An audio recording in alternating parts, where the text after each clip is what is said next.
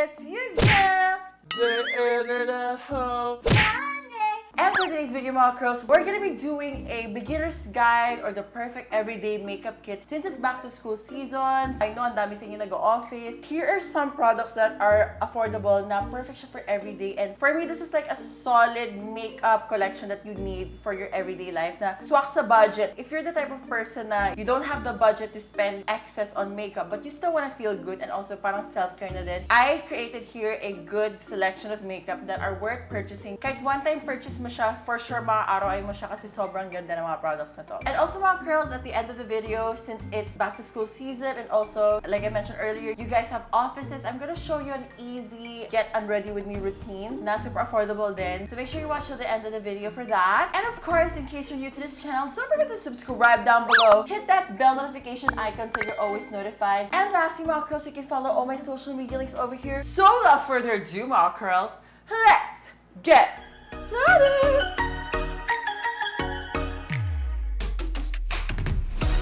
Alright mga curls, I have all the products in front of me here and alam nyo, I just found out the last time I made a video like this na parang best everyday makeup kit for beginners was like 2019 and I had like a different look. Oh my gosh, grabe. Times have changed. Alam nyo, which is also so crazy, back in the day, 2019, iba yung makeup dati compared to now. Dati, when it comes to local makeup, we look at local makeup as like, meh, they're just like okay. But now, pagdating sa local makeup, like, wow.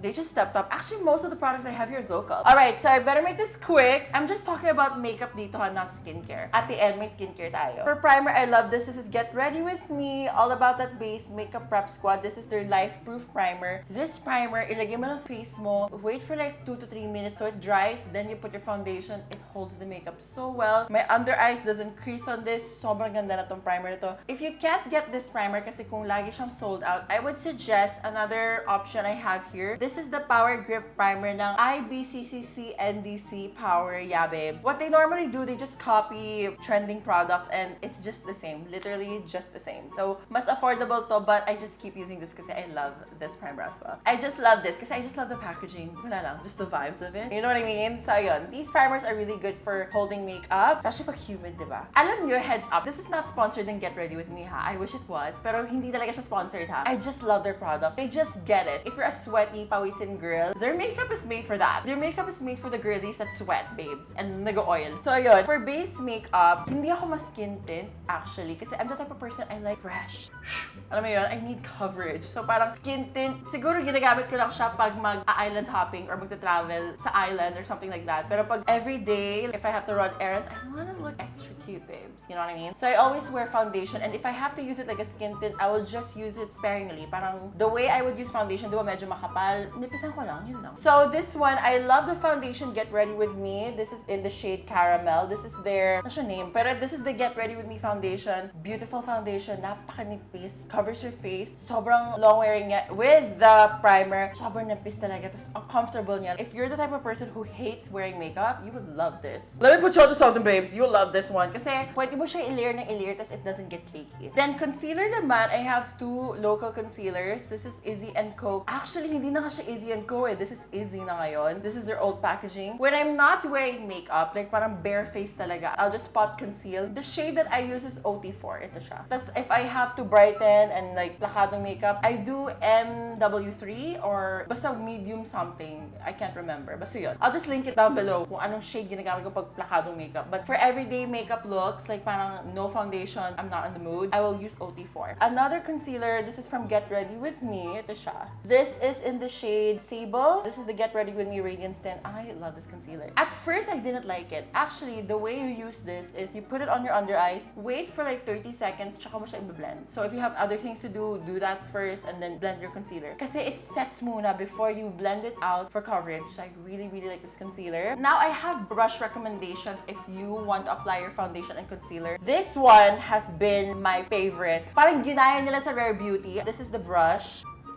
I don't know the name of the brush, but you put your foundation, you do that, and then you just apply it. It just makes your base makeup look so smooth. Very skin-like. Tapos I noticed it's not streaky kasi parang iba yung pagkagawa ng bristles niya. Sobrang compact. So it's just like, pag nilagay mo yung foundation, hindi siya nag-iwan ng lines. Basta, parang balat talaga. Then this concealer brush is such a lifesaver. Imagine, ganito rin siya. It's like a smaller version. It fits right in your eye. Tapos parang siyang finger. Parang ka nag-dab ng concealer sa finger mo but you're using a brush. I love this. Sobrang ganda. And it's affordable. Tapos alam nyo, ang technique ko, kunyari ganito, I'll buy like 3 brushes para let's say, kunyari madumi to. And then I have another time I have to wear makeup. At least I have another set of brush that's clean. Tapos kahit the third time, I still have a clean brush. Tsaka ko na siya linisan. Para siyang damit, diba? I don't need to wear the same brush. Like I have an extra brush that's clean, then I'll just like clean this the next time. That's a tip that I would share kasi not a lot of people have been talking about like buy more of your favorite brushes. Like if you have a favorite brush or holy grail brush, just buy like multiples. At least extra 2 to 3. So at least if you have another time that you're gonna wear makeup or tinatamad ka maghugas ng current brush mo, you have a spare brush. And I swear, we always talk about dirty brushes ha. Like, okay, dirty brushes is not good for you. But let's be real. Ginagawa nyo ba consistently? Like after gamit, hugas agad? Let's be real, babes. You don't. You fucking don't. So yun, buy extra brushes of your holy grail brushes para at least iwas acne. Here's the thing when it comes to dirty brushes, kunyari ganito, natamba ka na ng makeup, that's the reason why your makeup is cakey kasi you have excess makeup na dito eh. So I have to really highlight the fact that you really need to clean your brushes kasi not only just for your skin but also the way you apply makeup, it tends to get cakey kasi there's so many oils and excess foundation na dito na you keep adding here, pagkalagay mo dito, hindi mo na mamalaya na nagiging makapal na at nagiging cakey na. Alright, so moving on to blushes naman mga curls, I am the type of person na you can just wear no foundation, no concealer, but blush is an essential. Blush will just distract the people to not look at your imperfection but just your blush. Ganun lang yun. So for the blush, I have here recommendation. Ayun, hindi nga ako sponsor mga bayot. I just love their products. I love Get Ready With Me blushes. I have the shades Huntress, Zoey, tapos Mantra. These blushes are matte, tapos this one Zoey, medyo may shimmer siya. And the reason why I love Get Ready With Me blushes, I have so many blushes honestly, pero one thing I like about Get Ready With Me, they suck at swatches. Like, napakapangit niya mag-swatch. When it comes to swatches, they do not work. Pero, if you're a beginner, they work really well with brushes kasi sobrang pressed ng powder niya. So, if you use a brush, like ganyan, then you put it on your face, tsaka lang siya magpapakita ng color. So, if you're a beginner, I highly recommend Get Ready With Me blushes. That's for highlight naman mga curls. You all know, ever since the dawn of time, I am not the biggest highlight user kasi I find highlights to be dirty. I just like a skin-like glow. Parang ganito lang, glowy lang na skin. The only product I use nowadays when it comes to like highlighter na parang ganito, like glow from within, I just use Get Ready With Me's baked highlighter in Tala. Ito lang ginagamit ko. That's what I like. Usually, I like to keep it natural. I like to look like I'm not wearing makeup. The makeup is wearing me, not me wearing makeup. And also, I love the look ng live-in. Ewan ko ha, like comment down below if you agree ha. Ayoko talaga yung look na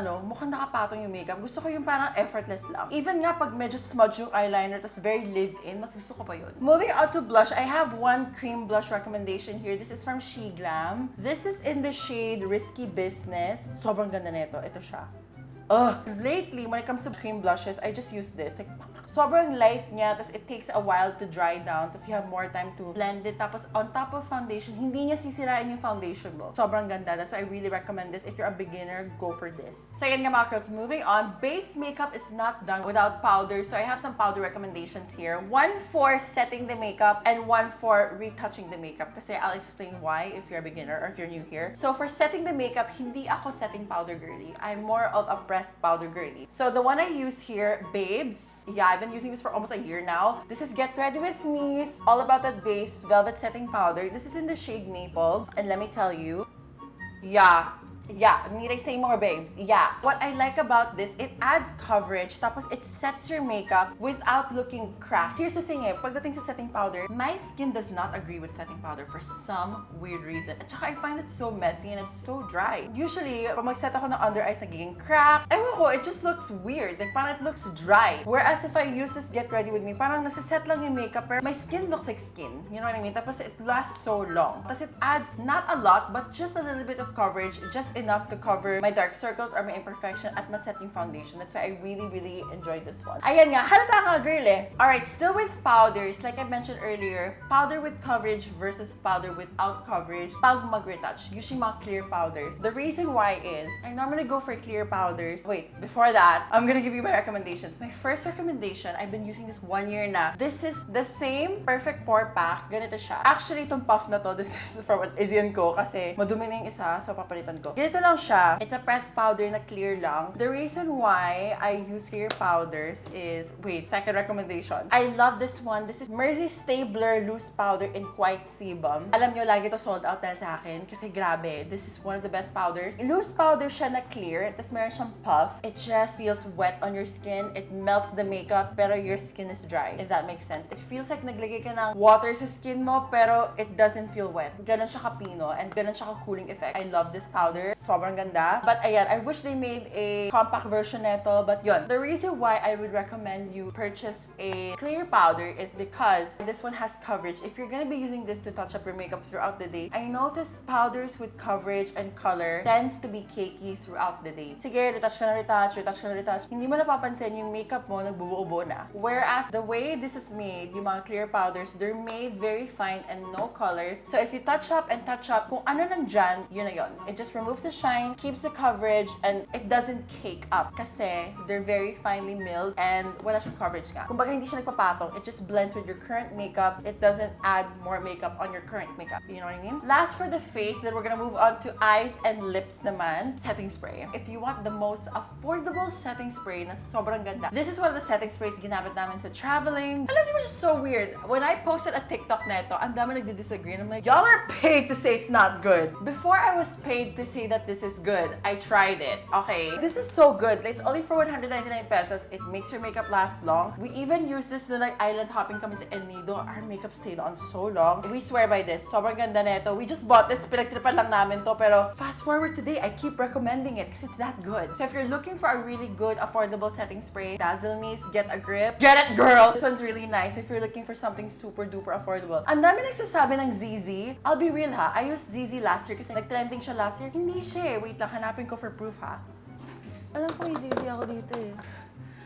Actually, I tried looking for my ZZ setting spray. Hindi siya mahanap, pero I had ZZ last year. Hindi siya. Mas gusto ko to. Yeah, I'm not even paid to say that, pero I prefer Dazzle Me. Alright, so moving on to the windows of the soul, which is the motherfucking eyes. Pagdating sa kilay, ito ha, I keep seeing a lot of girlies. Pagdating sa kilay, just because their hair is black, they would wear black. Pero it still looks dark, and I hate it. Like, my biggest pet peeve when I'm looking at an eyebrow, it looks super dark for their hair or just for their facial features and their skin tone. For me ha, the most universal eyebrow pencil, whether you're blonde, dark skin, black hair dito, I'm blonde, dark skin, and black eyebrows ha, the best eyebrow pencil I would recommend, even if you have black hair ha, this applies to you ha. This is the Detail Cosmetics Super Fine Liner in Latte. I swear, nag-hoard ako nito kasi sobrang ganda. Sobrang nipis niya, it's very pigmented, tas I can fake a tail here kasi my eyebrows here putol to eh. Pero it looks natural. It doesn't look like naka-makeup ako. So I really, really enjoyed this. Tapos, for eyebrows naman, it's really well loved. This is their old packaging, by the way. This is the Get Ready With Me Brow Lift.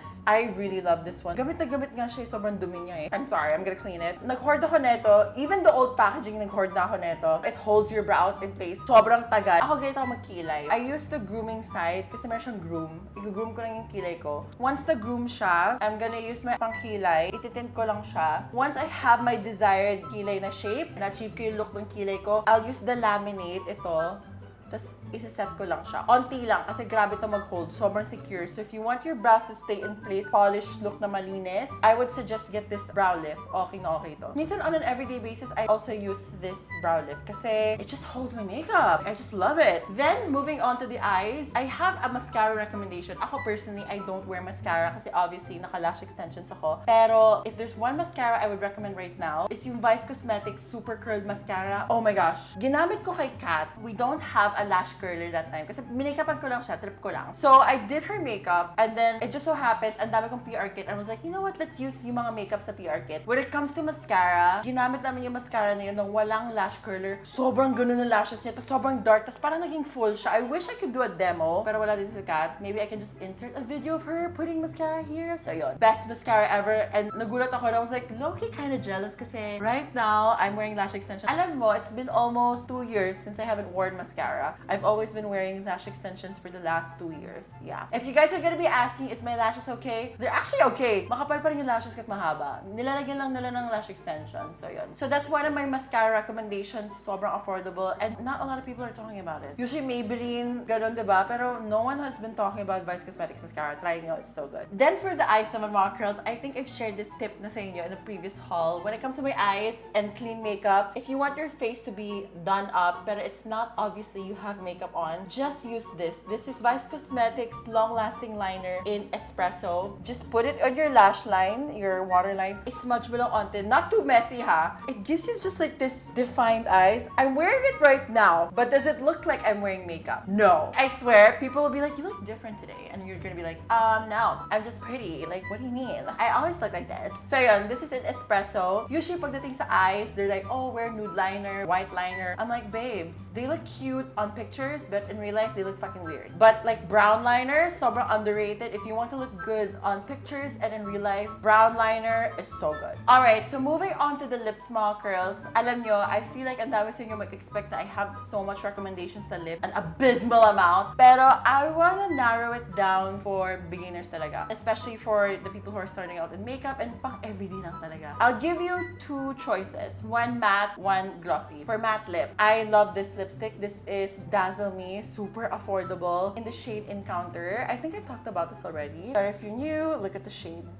Perfect everyday. Tapos, alam mo yung tipong, it looks so soft on the lips and it doesn't look like na nakapatong siya sa lips mo. Mukha siya nasa ilalim ng lips mo and it does not budge. I'm telling you. Super long lasting for what it is. And compared sa Superstay ng Maybelline, ha, talong-talo pa ng Dazzle Me si Maybelline. Kasi sa Maybelline Superstay, aminin nyo, medyo nagka-crack. Does it looks dry? This one, no. It feels like a cushion on the lips. Stays on long. It does not budge. I love this. Super ganda. Second, I would recommend, if you're a beginner or everyday makeup, invest in a really good lip liner. A lip liner can really change up your look. If you want fuller lips, defined lips, clean looking lips, lip liner. This is my favorite. This is Vice Cosmetics in the shade Kizz and Tell. Ito siya. It's like a dark mauve liner, so if you want to define your lips, perfect na perfect to. Super affordable ba? And it does not move. Out of all the lip liners dito sa market sa Philippines, Vice Cosmetics has the best one. Then, pagdating sa glossy options naman mga curls, I would recommend this one. This is Beauty Glaze Lip Oil. I have a lot of lip oils, okay? But what I like about this lip oil is, it has pigment. It can cover the lips. This is in the shade Huggings. Oh, my favorite. You just put it on your lips. It gives you this very juicy, natural-looking lip na hindi siya mukhang gloss, hindi rin siya mukhang lip lacquer. It just looks like an oil. If you have dark lips, it just covers it up, pero it doesn't look fake. Mukha siyang ganito talaga yung lips mo. You know what this actually looks like? It looks like ganito na yung kulay ng lips ko, tapos naglagay lang ako ng clear na gloss. That's why I love this lip oil. And it's only for like 150, 130 pesos. So if you guys are looking for a really good glossy lip oil, get this Beauty Glaze. This particular shade, Hugging, I've been using it for like months already. And I get so many compliments. Every time suot ko dun, they're like, ang cute naman ng lips mo, ano yan? I'm like, yeah, bitch. It's just 150. Tapos it looks like it's something you would get in NARS. Di ba ganito yung vibes nila? Or in Dior. Ganon. Like, yeah, it's giving expensive. Alright, Macro. So that's a perfect curation for our everyday makeup kit. And also, I'm gonna be showing you an easy skincare routine to get unready for your work day, for school day. So, roll the clip.